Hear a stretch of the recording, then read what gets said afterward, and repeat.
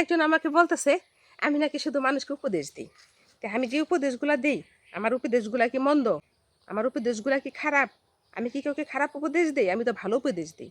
তো ভালো উপদেশ গুলা দিলে তো কোনো সমস্যা নেই। ঠিক আছে? আর ভালো উপদেশগুলা মাইনা চলেন তাহলে তো ভালো থাকতে পারবেন। কি প্রয়োজন আছে এই অন্য ঘরে বউ থাকতে অন্য কোনো নারীর সাথে সব সব ওই পরক্রিয়া কইরা, তার সাথে সম্পর্ক কইরা, তারপর ঘরে বউরে জ্বালানের, খেতার তলে বইয়ে বইয়ে তারপরে চ্যাটিং করার কোনো প্রয়োজন নাই। ঠিক আছে? আসলে কি জানেন? যার ঘরে শান্তি না আছে, তার পৃথিবীর কোথাও শান্তি নাই। আপনার ঘরে কি আছে জানেন? আপনার ঘরে, আপনার বিছানায় আপনার শান্তি, আপনার সুখ, আপনার সন্তান আপনি বুকে নিয়ে দেখবেন কতটা শান্তি। আপনার স্ত্রীকে আপনি জড়ায় ধরে দেখবেন আপনার কত শান্তি। সে শান্তিটা কিন্তু আপনি বাহিরে যেয়ে পাবেন না।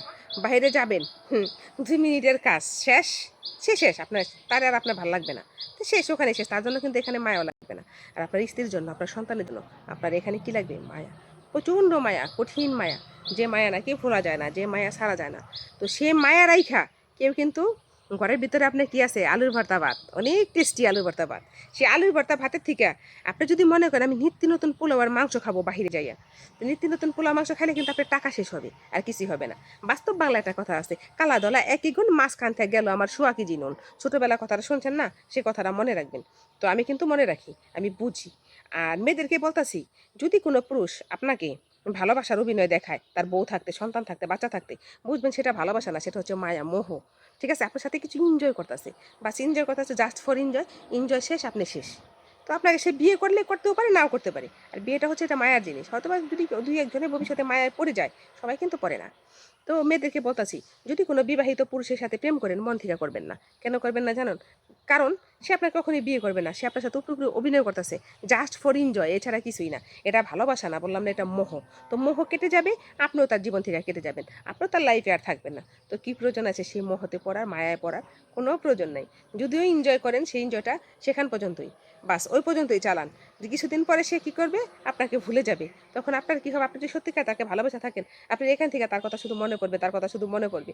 তো সে মনে না পইরা আপনি তাকে, তার কাছে ভিড়বেনই না, আপনার কোনো পুরুষের কাছে যাবেনই না। কারণ আর যার কাছে যাবেন, একবার যার হাতটা ধরবেন, তার হাতটা সারা জীবনের জন্য ধরে রাখেন। যদি কোনো স্ত্রী থাকা সত্ত্বেও কোনো পুরুষ বিয়ে করতে চায়, সেটা তো অন্যায় না, বিয়ে করতে পারেন। কারণ আমাদের পৃথিবীতে, আমাদের দেশ না, শুধু পৃথিবীতে বলতেছি, পৃথিবীতে এই পুরুষের 4টা বিয়ে করার অধিকার আছে। তো একটা পুরুষ যদি 4টা বিয়ের অধিকার করা আছে, সেটা কিন্তু পাপ হবে না। কেন হবে না? কারণ তাকে আখেরে তো, যে জান্নাতেও কিন্তু তাকে 72টা মেয়ে দেওয়া হবে, 72টা হুরমা দেওয়া হবে। একজন স্ত্রী সহকার তাকে 72টা মেয়ে দেওয়া হবে। ঠিক আছে? তো সেখানে তার কিন্তু কোনো দোষ নেই। তারা কিন্তু আল্লাহ কিন্তু তার অধিকার দেওয়ার অধিকার দিয়েছে, একটা মেয়েরে কিন্তু দেয় নাই। তো একটা মেয়ে একটা সম্পর্ক রাখবেন, একটা ছেলে যেমন যাতাই করুক, সেটা আপনার দেখার বিষয় না। আমার এই মেসেজটা আর কি মেয়েদের ক্ষেত্রে, মেয়েদের জন্য। তো মেয়েরা ভাইবা চিন্তা কাজ করেন, ভাইবা চিন্তা প্রেম করেন। আসসালামু আলাইকুম।